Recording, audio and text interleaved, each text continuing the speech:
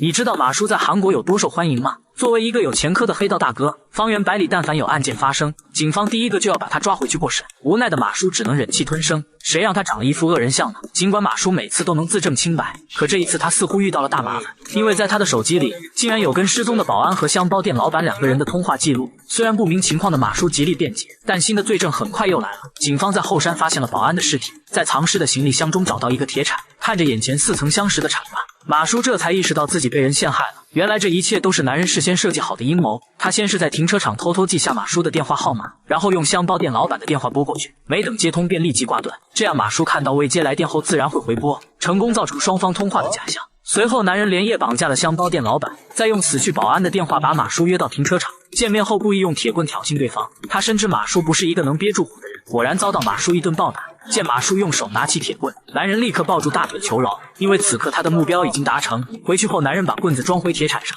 接着拿出香包店老板的手机，沾上马叔的唾液，最后一起放进装有保安尸块的行李箱里。就这样，男人将所有罪行转移到了马叔的身上。解决掉马叔后，男人的下一个目标就是秀妍，他必须要除掉这个让他恐惧和不安的女孩。男人提前给业委会大姐打去电话，谎称自己今晚8点可以签同意书。为了争取到每个住户的同意，大姐只好让女儿自己坐校车回家。晚上男人早早在车站等候，可他万万没有想到，那个遇害女孩的妈妈居然来接秀妍。原来女人早就观察到男人的怪异行为，虽然自己的女儿已经死了，但她想弥补之前的过错。从见到秀妍的那一刻起，她就暗下决心，一定要尽全力保护好这个女孩，以此来告慰女儿的在天之灵。然而嚣张的男人并不想因此放弃，他一路开车尾随在2人身后。可就在这时，远处的一个电线杆突然出现短路，整个城市瞬间变得漆黑一片。见此情形，女人紧紧握住秀妍的手，告诉她一刻不能松开。接着他拉着秀妍走到马路中央，来往的车辆全都停了下来。在无数车灯的照射下，男人不得不驾车离开现场。而另一边，被绑的香包店老板也没有坐以待毙，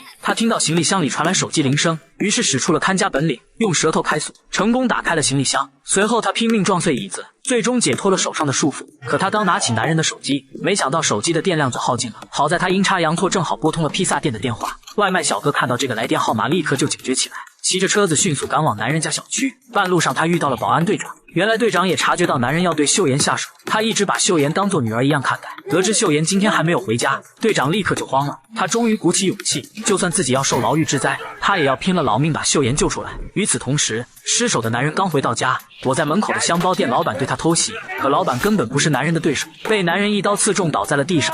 这时楼上的门铃突然响起，小哥以送免费披萨为由骗男人打开了房门。随后队长看准时机从身后杀出，3人立刻扭打在一起，纷纷滚到了地下室里。男人捡起刀愤怒的大喊，扬言要杀死这里所有人。然而这时一个壮硕的身影出现，原来马叔趁停电从警局逃了出来。虽然在看到队长和小哥后，马叔不知道这里发生了什么，但他的出现让所有纷争正式进入了尾声。他抓起男人的头发，照着对方脸上哐哐3记暴力侧击，接着又一个庐山升龙霸，男人瞬间被干倒在地上，彻底丧失了行为能力。队长质问男人秀妍在哪，可男人却笑而不答。恍惚之间，队长突然看到秀妍躺在地上奄奄一息，一股无名怒火顿时在他心中燃起。他捡起地上的铁锤，不顾一旁马叔和小哥的劝阻，用尽全身力气重重地砸在男人头上。这个罪恶滔天的变态杀人狂最终彻底倒在了血泊中。等队长再次转过身时，秀妍居然变成了当年被他误杀的同事，一切仿佛都是命中注定。故事的最后，香包店老板被送上了救护车，而马叔则再一次承担了背锅的使命。大姐误以为他是凶手，